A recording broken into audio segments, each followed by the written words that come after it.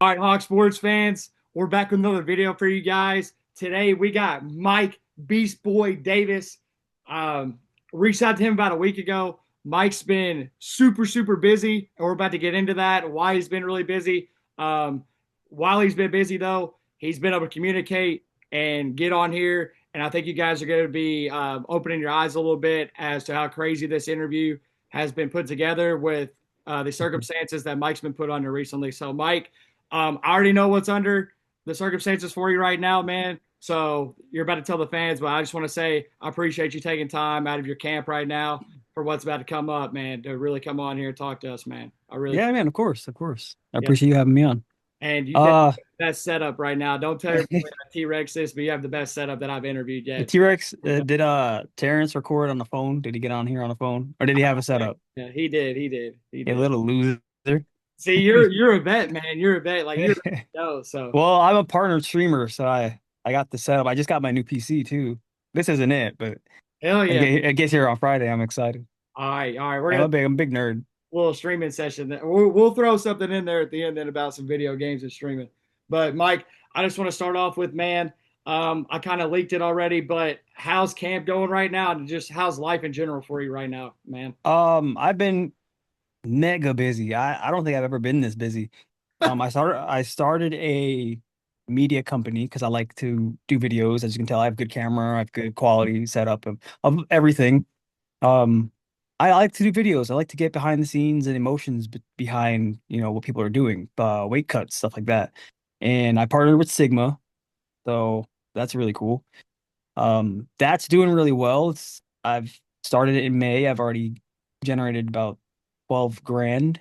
So I mean that's really I Great. mean it's lucrative and that's fun. That's amazing.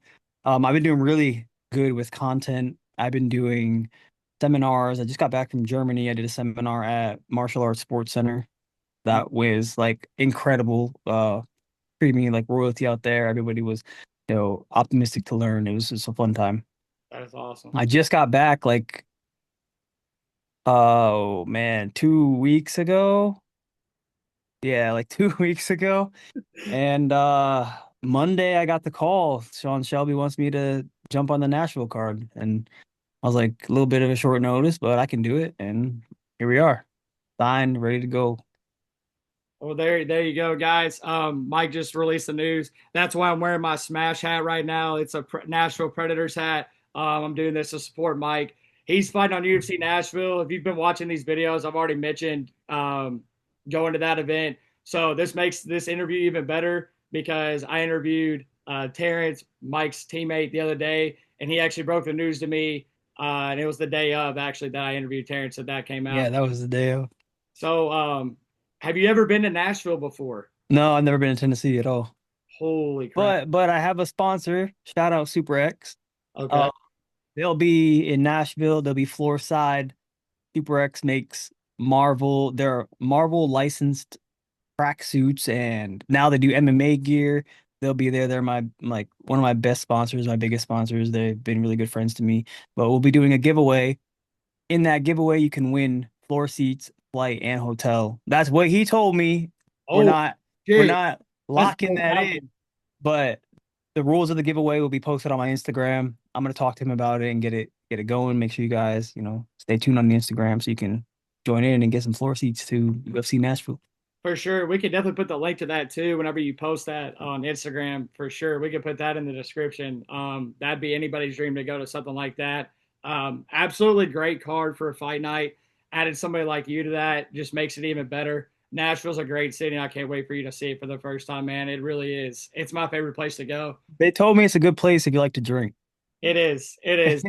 You'll figure that out real quick. Bridgestone Arena, where you'll be fighting, is on Broadway. If you've never heard of that before, No, never. straight bars, man. Like, Okay. doesn't matter what kind I of music. feel like I see video YouTubers walking down Broadway, not Tennessee, talking to girls and stuff. Yeah, it's where like the Hawk Tua thing all starts. Okay, yeah, yeah. That's Yeah, what I thought. That's what I thought. that's where that stuff started. But going off, we kind of already mentioned him a minute ago, but I just obviously posted my interview with Terrence.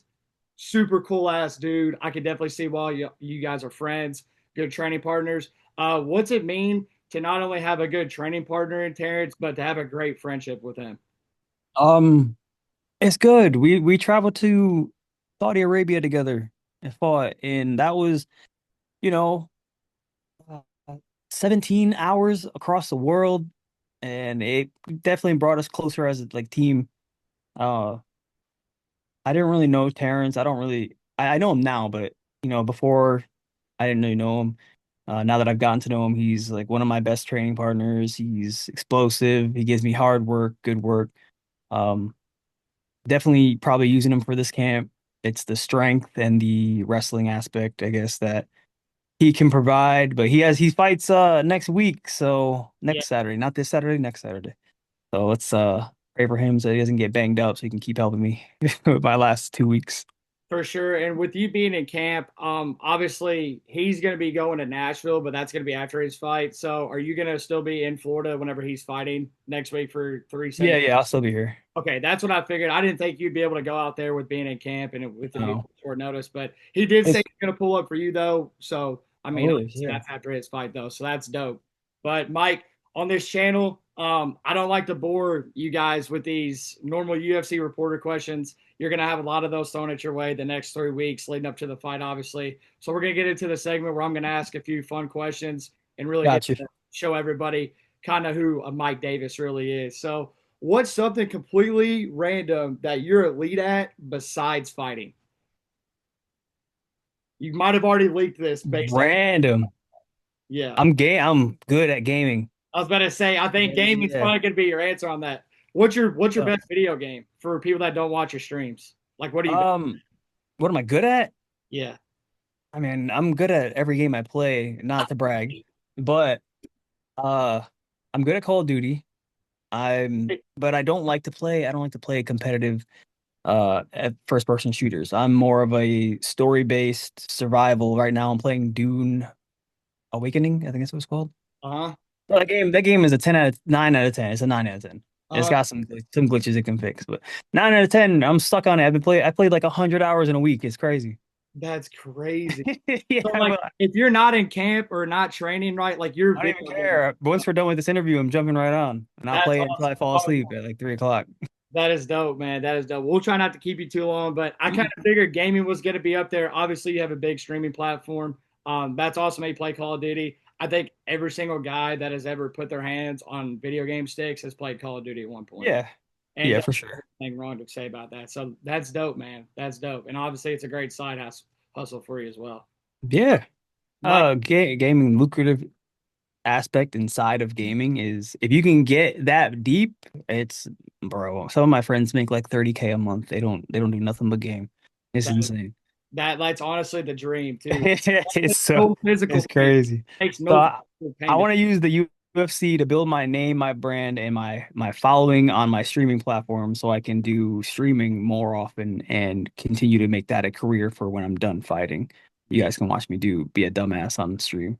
Hey, that's good though that you're already setting yourself up for something. Obviously, you could stream for however long you're on this earth, but there is a day where you're not gonna be able to step into the. Yeah, yeah. So that's awesome that you're already setting something up like that. And And my brand, my media company. As yeah, long as I I'm don't media get too. tremors, I can hold the camera still. And even if I do, there's gimbals. I got you. That is so sick, man. Well, I'm glad to hear that for you, bro. And I think it's gonna continue to go too. Obviously, you said it's at 12 already, so that's what's Just like a month and a half. Yeah, no, it's doing great. Imagine you go out UFC Nashville, get a crazy like KO, crazy finish, something like that, and then you just shout I that jump up to 300,000 followers, and just spikes right there. Spikes right there. that's Perfect crazy. platform, perfect opportunity to not only promote yourself Mhm. inside the UFC, but in those business aspects as well. So that'll That's what I want. I want I'm definitely coming out to perform my best the way I used to when I fought like Sadiq and Gilbert, that striker guy that prevents all takedowns and just knocks you out. And that's the person that needs to come out in Nashville. I need to be me again. And I made sure that I'm on the right track for that. yes, sir. Yes, sir. My grappling is what people I guess I don't people know me for my striking, but my grappling is definitely up there because I grapple ADCC guys all the time, world champions. Rodolfo Vieira is like my number one grappling partner. So he weighs 220 pounds and I sweep him in almost sub him. I can't sub that guy. He's too strong. Hey, but But right there though with him, that's with that weight difference right there, that's yeah, what counts right there, man. so my grappling's up there. Um, but this time I think my striking needs to come out. That's what everybody wants to see. I've never really thrown my striking that I do in sparring out in the octagon, so we're gonna see if I can do it this fight. That's awesome. That's awesome. I mean, and with you, like I said earlier, you're 4-1. So I mean, to keep That's what I'm saying. I'm 4-1 in my last five.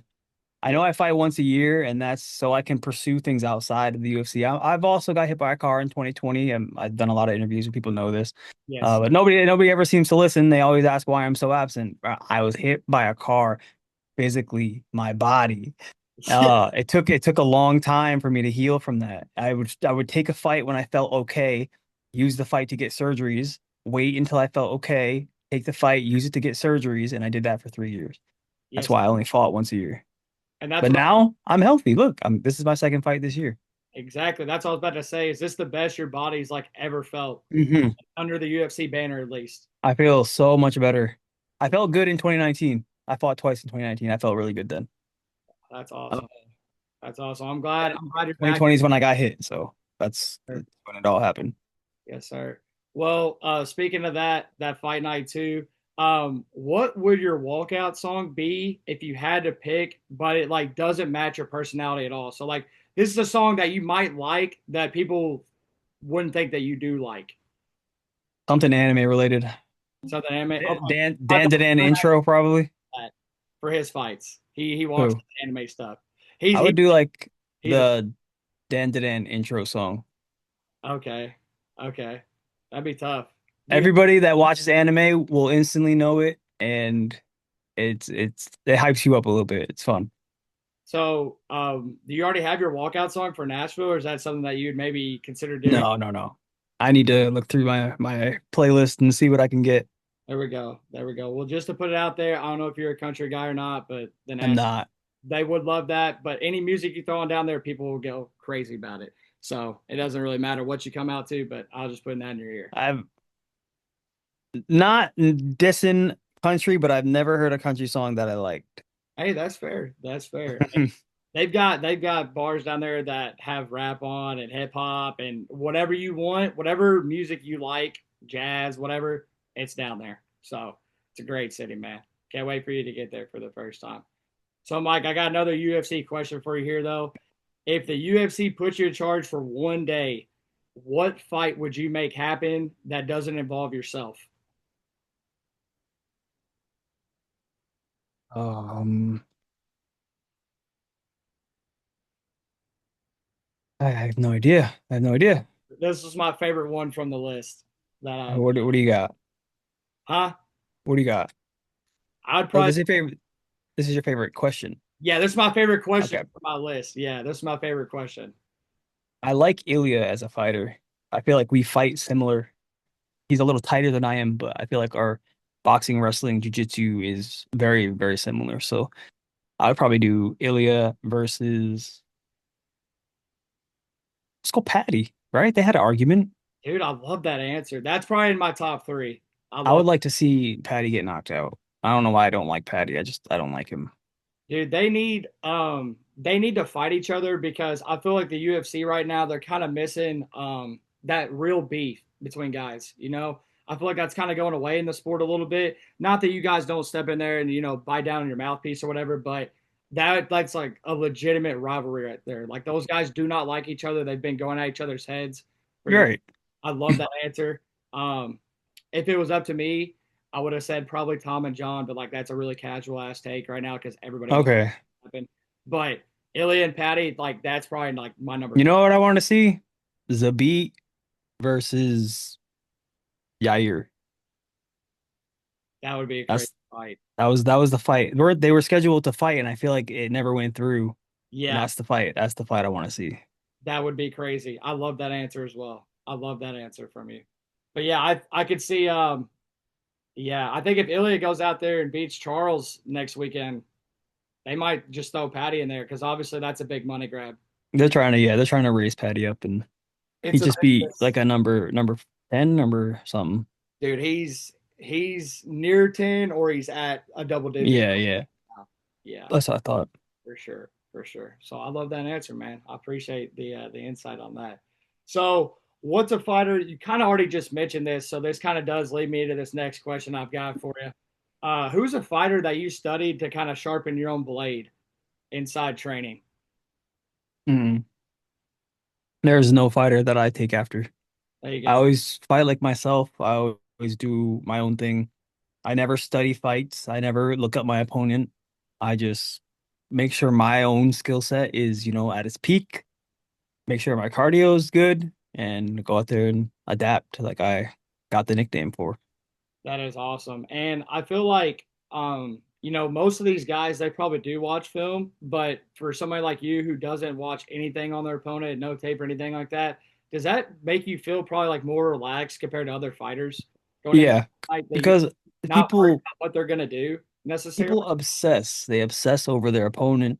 And when you look up your opponent, what are you going to see? Like, you're not going to see him getting his ass beat. You're going to see him highlight reeling a bunch of people, knocking them out, wrestling them, submitting them. And then you're going to be like, wow, this guy's really good. Or you could just, who cares about who you're fighting? Train to beat the world champion like you should, and then go out there and just walk through this kid. That is awesome. And did anybody like tell you to kind of do that from a young age that kind of No, like a so that no. just like from day I one. think it was because there's a belt here. Which belt is He's like, which of the three on my wall it? is I it? think it's Hero Fight League. Hero Fight League was a belt in New York that I won against this guy named Gunga Badilla. He was the scariest guy I've ever seen in New York. He's constantly like running in the dead heat of the sun, like 10 miles with a sauna suit on. And I drive through the city and I see him running. And like, then they all of a sudden they scheduled me to fight this guy. And I was like, what? And he Yeah, just fucker's crazy. crazy, bro. He's like psychopath. But I beat him in the first round, subbed him. Yeah.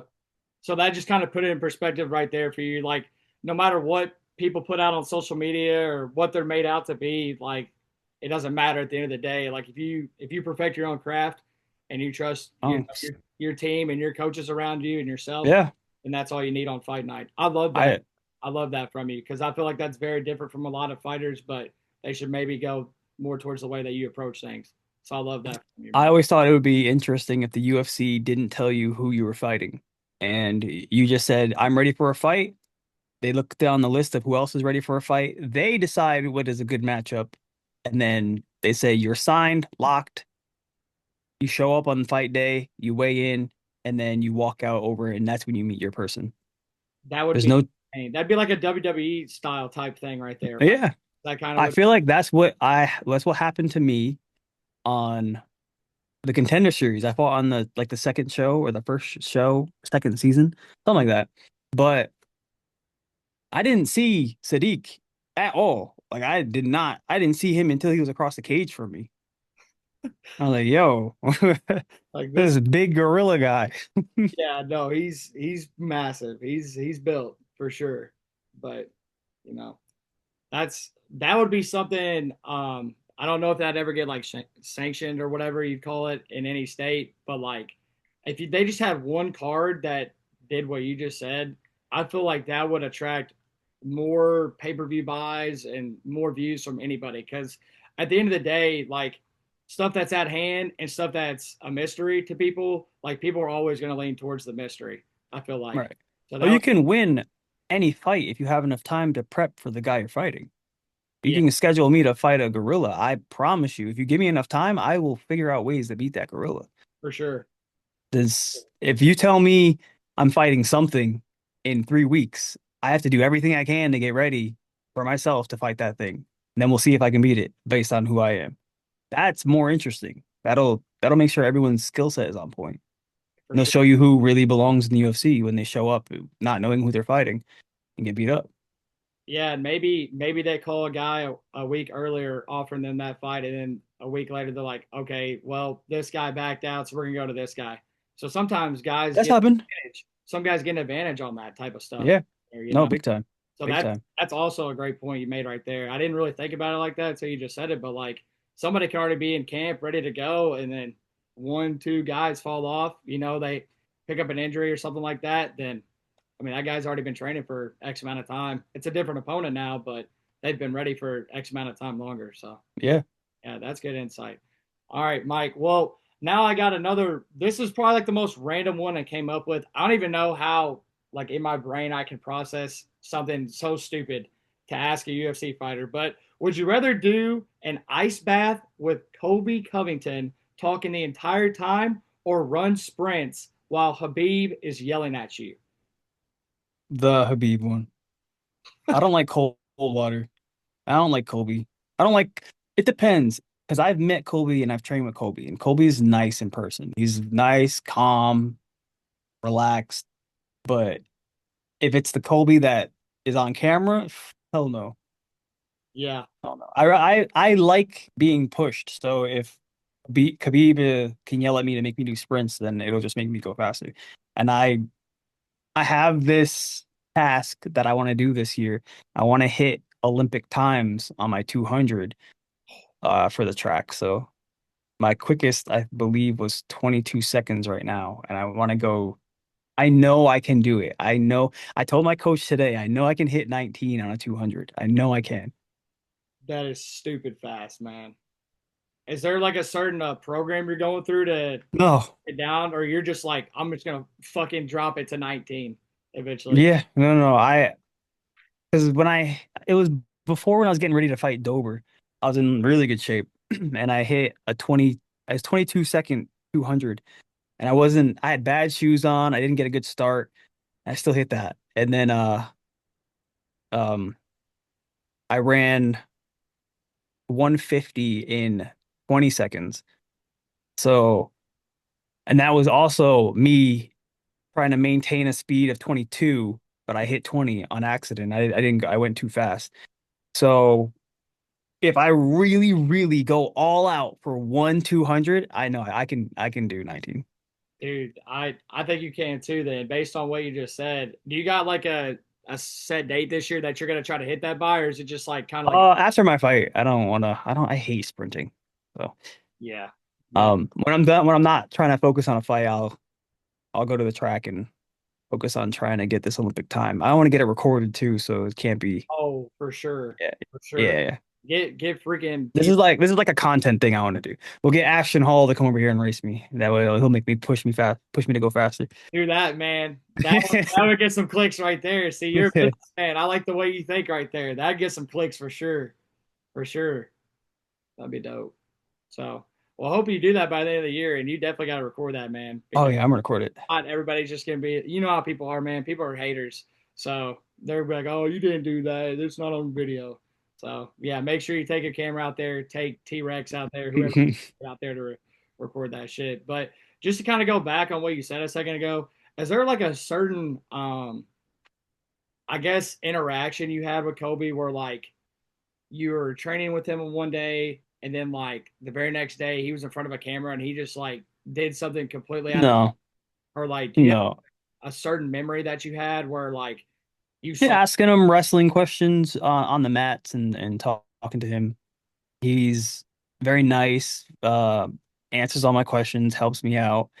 But then when I see him fight and I see the guy and a guy that he is on the camera, it's like that's not even the same person that just talked to me. So, yeah, he's never seen him in person act that way.